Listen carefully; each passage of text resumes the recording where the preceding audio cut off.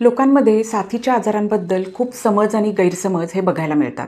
यातीलच एक आजार म्हणजे नागिन अर्थात हर्पीज झोस्टर. तर आज आपण माहिती घेणार आहोत नागिन या आजाराबद्दल, की हा आजार कशामुळे होतो, त्याची लक्षणं काय आणि कुठली होमिओपॅथिक मेडिसिन्स यामध्ये अतिशय इफेक्टिव्ह आहेत. तर व्हिडिओ अतिशय इम्पॉर्टंट आहे, तुम्ही शेवटपर्यंत नक्की बघा. नागिन हा एक त्वचारोग आहे, पण आपल्याला नागिन झाली आहे हे जेव्हा पेशंटला समजतं तेव्हा त्याला नक्कीच धक्का बसतो. आणि नागिनीबद्दल एक अतिशय प्रचलित असा गैरसमज आहे, तो म्हणजे नागिनीचा विळखा मानेभोवती किंवा कमरेभोवती पूर्ण झाला, अर्थात नागिनीची दोन्ही टोकं जर एकमेकांना जोडली गेली तर माणूस मृत्युमुखी पडतो. पण हा पूर्णपणे एक गैरसमजच आहे, कारण नागिन ही मज्जातंतूच्या अनुषंगाने अर्थात अलॉंग द नर्व रूट अशी पसरते. त्यामुळे तिची दोन्ही तोंड कधीही एकमेकांना मिळत नाहीत आणि माणूस मृत्युमुखी पडत नाही. तर अशा या नागिन होणं या आजाराबद्दल आज आपण माहिती करून घेणार आहोत. यालाच इंग्लिशमध्ये हर्पीज झोस्टर किंवा शिंगल्स असं सुद्धा बोललं जातं. तर सर्वप्रथम आपण बघूयात की हा आजार कशामुळे होतो, कुठल्या विषाणूमुळे होतो. हा आजार एक विषाणूजन्य आजार आहे, म्हणजे व्हायरसमुळे होणारा आजार आहे. आणि या व्हायरसचं नाव आहे व्हेरिसेला झोस्टर व्हायरस. लहानपणी जेव्हा आपल्याला कांजण्या होतात तर कांजण्या होण्यामागे जो विषाणू कारणीभूत असतो तोच हा व्हेरिसेला झोस्टर व्हायरस. आपल्याला माहितीच आहे की लहान मुलांना कांजण्या होतात, पण काही केसेसमध्ये मोठ्या लोकांमध्ये सुद्धा कांजण्या झालेल्या दिसून येतात.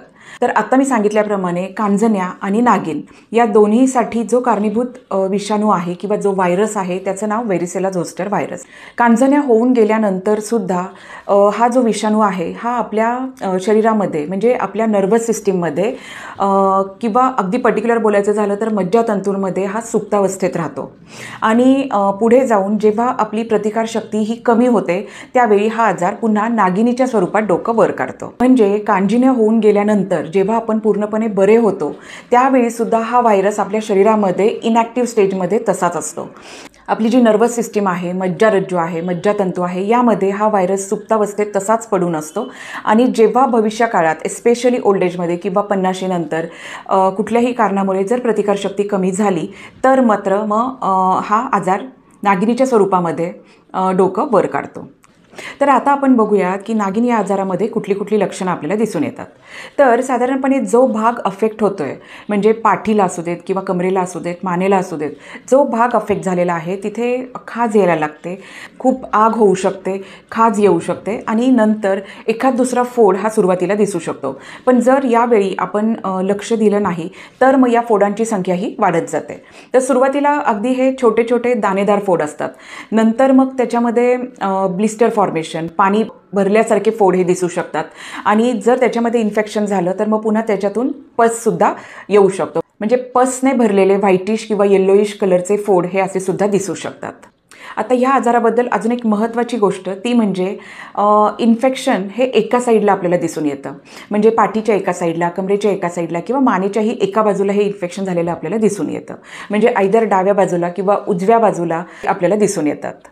आणि ही जी रॅश आपल्याला दिसून येते ही एका स्ट्रिपच्या स्वरूपात किंवा एखाद्या पट्ट्याच्या स्वरूपात आपल्याला दिसून येते. अगदी क्लिअरली आयडेंटिफाय करू शकतो. एका नर्व रूटच्या अनुषंगाने हे जे ब्लिस्टर फॉर्मेशन किंवा हे जे छोटे छोटे दाणेदार फोड येतात हे आपल्याला त्या नर्वच्या अनुषंगाने पसरलेले दिसून येतात आणि म्हणूनच ते शरीराच्या एका बाजूला आपल्याला दिसून येतात. सुरुवातीला आलेल्या या फोडांबरोबरच आग होणं किंवा खूप खाज येणं, अस्वस्थ वाटणं, नंतर काही पेशंटमध्ये ताप येणं, ह्या सगळ्या तक्रारी आपल्याला दिसून येतात. जर रेस्पिरेटरी इन्फेक्शन असेल तर याबरोबर सर्दी, खोकला आणि प्रचंड वीकनेस आणि याबरोबरच जेवण न जाणं, त्यामुळे अजून थकवा येणं, या सगळ्या गोष्टी आपल्याला या इन्फेक्शनच्या बरोबर दिसून येतात. याबरोबर काही पेशंट्समध्ये आपल्याला मसल वीकनेस दिसून येतो, चालायला किंवा उठून बसायला प्रॉब्लेम होऊ शकतो. आता आपण बघूयात की यामध्ये कुठली कुठली कॉम्प्लिकेशन्स होऊ शकतात. तर मगाशी सांगितल्याप्रमाणे यामध्ये खूप खाज असते आणि खूप आग होते. त्यामुळे नकळतच जिथे ब्लिस्टर फॉर्मेशन झालेलं आहे तर तिथे पेशंट्सकडून खाजवलं जातं आणि खाजवल्यामुळे हे फोड फुटतात आणि त्याच्यामध्ये अजून सुपर ॲडेड इन्फेक्शन हे होऊ शकतं. तर अशा वेळी खूप जास्त पस फॉर्मेशन होऊ शकतं आणि हे जे इन्फेक्शन आहे हे अजून स्किनमध्ये डीप स्प्रेड होऊ शकतं. आता यामध्ये अजून एक महत्त्वाची गोष्ट ही आहे की जर तुम्ही 1-2 फोड दिसले किंवा 2-3 फोड दिसले आपल्याला आणि लगेच ट्रीटमेंट चालू केली तर ही फोड जे आहे त्याचा नंबर किंवा संख्या पुढे वाढत नाही, हा रोग पुढे वाढत नाही आणि तिथेच त्याच्या वाढीला आळा बसतो.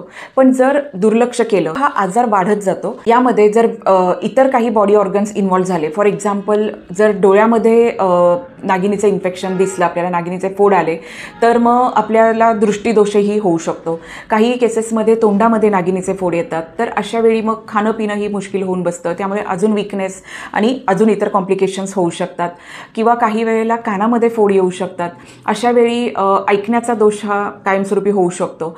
त्यामुळे असे वेगवेगळे कॉम्प्लिकेशन्स हे होऊ शकतात. त्यामुळे मी हे अगदी आवर्जून सांगेन की नागिन जरी असेल तरीही ती पूर्णपणे बरी होते. इनिशियल स्टेजेसमध्येच जर डायग्नोसिस रिकव्हरी होऊन जाते. पण जर आपण दुर्लक्ष केलं आणि काहीतरी दुसरे उपचार करण्यामध्ये जर वेळ वाया घालवला तर मग मात्र हा आजार वाढत जातो आणि इतर कॉम्प्लिकेशन्स हे होऊ शकतात. त्यामुळे निश्चितच तुम्ही ॲट द अर्लिएस्ट ट्रीटमेंट मिळेल याकडे लक्ष देणं अतिशय महत्त्वाचं आहे. आता आपण बघूयात की कुठले कुठले लोक हे हाय रिस्क असतात की ज्यांना नागिन होण्याची शक्यताही जास्त असते. साधारणपणे हा आजार 50 नंतर होताना दिसून येतो आणि तोही त्या केसेसमध्ये दिसून येतो ज्यांची कुठल्याही कारणाने इम्युनिटी ही कमी झालेली आहे.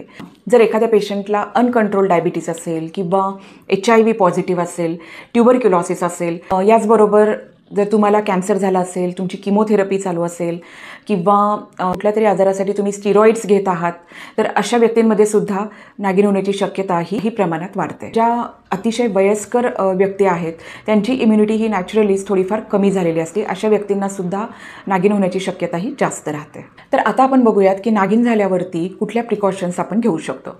आता एक महत्त्वाची गोष्ट आहे, नागिन होण्याचा जो खूप फेवरेबल काळ आहे तो म्हणजे उन्हाळ्याचे दिवस. तर अशा वेळी आपल्याला माहिती आहे की वातावरणातली उष्णता ही वाढलेली असते आणि शरीरातली उष्णता ही वाढलेली असते. त्यामुळे जर पाणी कमी पिण्यात आलं, कुठल्याही कारणाने तुमची इम्युनिटी कमी झाली आणि शरीरातील उष्णता वाढली तर अशा वेळी नागिनीचं इन्फेक्शन हे जास्त प्रमाणात होताना दिसून येतं. त्यामुळे शरीराला आतून थंडावा मिळेल आणि बाहेरूनही थंडावा मिळेल याकडे आपलं लक्ष असणं गरजेचं आहे. त्यामुळे पाणी व्यवस्थितपणे पिणं हे अतिशय महत्त्वाचं आहे. त्याचबरोबर जेव्हा शरीरावर फोड येतात तेव्हा त्याला खूप खाज येत असते. डॉक्टरांच्या सल्ल्याने तुम्ही काही औषधं घेऊ शकता जेणेकरून खाज कमी होईल किंवा काही लोशन्स मिळतात, खाज कमी यायला त्यामुळे मदत होते. या औषधांचाही तुम्ही उपयोग करू शकता. अजून एक महत्त्वाचं म्हणजे बरेचदा पेशंट नागिन झाली तर मग आंघोळ करायला नको असं एक गैरसमज आहे. तर हे पूर्णपणे चुकीचं आहे. नेहमी कुठल्याही आजारामध्ये आपण स्वच्छता पाळणं हे अतिशय महत्त्वाचं आहे. त्यामुळे गार पाण्याने आंघोळ करणं हा अतिशय महत्त्वाचा भाग आहे. शक्यतो गरम पाण्याने आंघोळ करणं हे टाळलं पाहिजे. जर तुम्ही थंड पाण्याने आंघोळ केली तर शरीरातील वाढलेली उष्णता ही कमी व्हायला किंवा जो शरीराचा दाह होतोय तो कमी व्हायला निश्चितपणेच मदत होऊ शकते. त्याचबरोबर आहारामध्ये नॉनव्हेज खाणं हे टाळलं पाहिजे. मिरची मध्ये हिरवी मिरची असो किंवा लाल तिखटाचे काही म्हणजे पदार्थ असो हे खाणं स्ट्रिक्टली अवॉइड केलं पाहिजे. बेकरी प्रॉडक्ट्स किंवा तिखट तेलकट हे पदार्थ खाणं टाळलं पाहिजे. साधा सात्विक आहार हा तुम्ही घेऊ शकता. पालेभाज्या, वरण भात, नारळ पाणी की जेणेकरून तुमची इम्युनिटी ही वाढायला मदत होऊ शकेल. आणि याचबरोबर भरपूर रेस्ट करणं, विश्रांती घेणं हे अतिशय महत्त्वाचं आहे. या आजारामध्ये अजून एक महत्त्वाचा भाग आहे तो म्हणजे नागिन पूर्णपणे बरी होऊन गेल्यानंतरही ज्या ठिकाणी नागिन झालेली आहे त्या ठिकाणी पेशंटला खाज येणं किंवा किंचित आग होणं हे सिम्पटम्स दिसू शकतात. याला पोस्ट हर्पेटिक न्यूरॅल्जिया असं बोललं जातं. तर आता आपण बघूयात की कुठली होमिओपॅथिक मेडिसिन्स आहेत जी नागिनीसाठी अतिशय इफेक्टिव्ह आहेत. ही मेडिसिन सांगण्यापूर्वी मी नक्कीच असा सल्ला देईल, मेडिसिन ही मी फक्त इथे माहिती करता सांगत आहे. जवळच्या होमिओपॅथिक डॉक्टरांकडे जाऊन त्यांच्या सल्ल्यानेच मेडिसिन घेणं हे कधीही योग्य ठरेल. साधारणपणे हे नागिनीचं इन्फेक्शन जे आहे हे 1 ते 1.5 महिन्यामध्ये पूर्णपणे बरं होऊन जातं. इम्युनिटी खूप चांगली असेल तर रिकव्हरी ही खूप चांगली होते आणि फास्ट होते. म्हणजे जे काही दाह होणं आहे किंवा आग होणं, खाज येणं हे 3 ते 4 आठवड्यामध्ये कमी व्हायला लागतं. पण जर इम्युनिटी खूप कमी असेल तर मात्र हा जो त्रास आहे याचे जे सिम्पटम्स आहेत हे बऱ्याच महिन्यांपर्यंत आपल्याला जाणवू शकतात. त्यामुळे तुमची इम्युनिटी कशी आहे यावरती रिकव्हरीचा जो पिरियड आहे हा अवलंबून आहे. तर सर्वप्रथम पहिलं मेडिसिन जे आहे ते आहे व्हेरिओलायनम 30. हे मेडिसिन अँटीव्हायरल म्हणून काम करतं. त्यामुळे सकाळी 2 थेंब आणि संध्याकाळी 2 थेंब जर पाण्यातून घेतले तर याचाही चांगला उपयोग होताना दिसून येतो. पुढचं महत्त्वाचं मेडिसिन आहे ते म्हणजे रस्टॉक्स 30. जर आत्ताच तुम्हाला नागिन झालेली आहे, खूप लालसर रॅश आहे, खूप खाज येते आणि खूप आग होती हे जर सिम्पटम्स असतील तर मग रस्टॉक्स 30 हे मेडिसिन एक खूप चांगल्या पद्धतीने काम करू शकतं.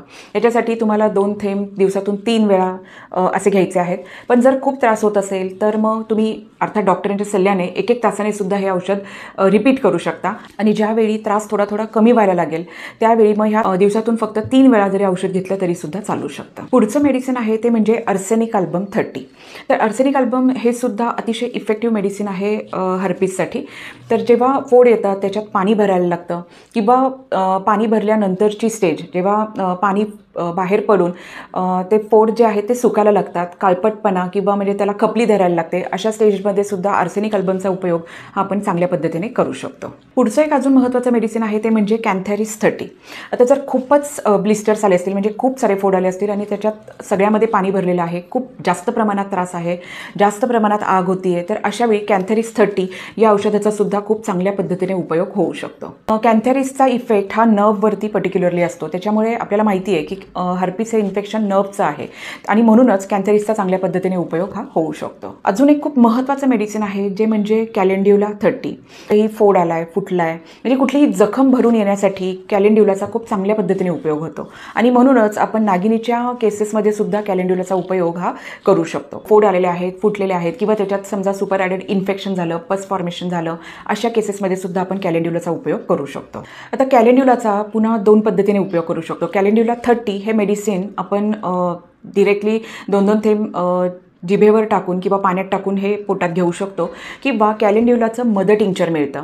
मग आता हे मदर टिंक्चर जे आहे हे कापसावरती 2-3 थेंब घेऊन ते औषध त्या कापसाने त्या फोडांना जर लावलं तर लोकल ॲप्लिकेशन म्हणून सुद्धा आपण कॅलेंड्युलाचा उपयोग अशा पद्धतीने करू शकतो की जेणेकरून ते जे काही फोड आहे ते हील व्हायला त्याने मदत होईल. तर ही झाली काही महत्त्वाची होमिओपॅथिक मेडिसिन्स. नागिनीची लक्षणं दिसायला लागल्यापासून साधारणपणे 5 ते 6 आठवडे हे पूर्ण बरे होण्यासाठी लागू शकतात. सुरुवातीला बारीक पुरळ येतात, मग नंतर त्याचा आकार वाढतो, नंतर त्याच्यात पाणी भरायला लागतं, काही वेळा पस होऊ शकतो.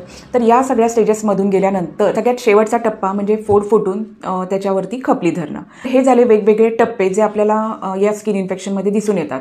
पण जर आपण मेडिसिन हे अगदी सुरुवातीच्या टप्प्यातच चालू केलं तर मग हा आजार पुढे वाढतच नाही आणि त्यामुळे रिकव्हरी ही लवकर व्हायला मदत होते. त्यामुळे योग्य ती मेडिसिन्स, त्याबरोबर योग्य प्रमाणात विश्रांती आणि योग्य आहार या त्रिसूत्रीचा वापर करून आपण लवकर बरे होऊ शकतो. त्यामुळे शेवटी इतकंच सांगेल की नागिन जरी झाली तरीही धसका घेण्यापेक्षा किंवा घाबरून जाण्यापेक्षा तुम्ही तुमच्या जवळच्या डॉक्टरांकडे जा आणि त्यांच्या सल्ल्याने योग्य ते औषधोपचार चालू करा आणि या नागिनीच्या आजारातून तुम्ही अगदी सही सलामत व्यवस्थितपणे बाहेर पडाल. आशा करते तुम्हाला हा व्हिडिओ आवडला असेल तर नक्कीच आपल्या फ्रेंड्स आणि फॅमिलीसोबत शेअर करा. भेटूयात पुन्हा एकदा अशाच एका नवीन आणि सायंटिफिक व्हिडिओमध्ये. Till then stay happy, stay healthy. Thank you.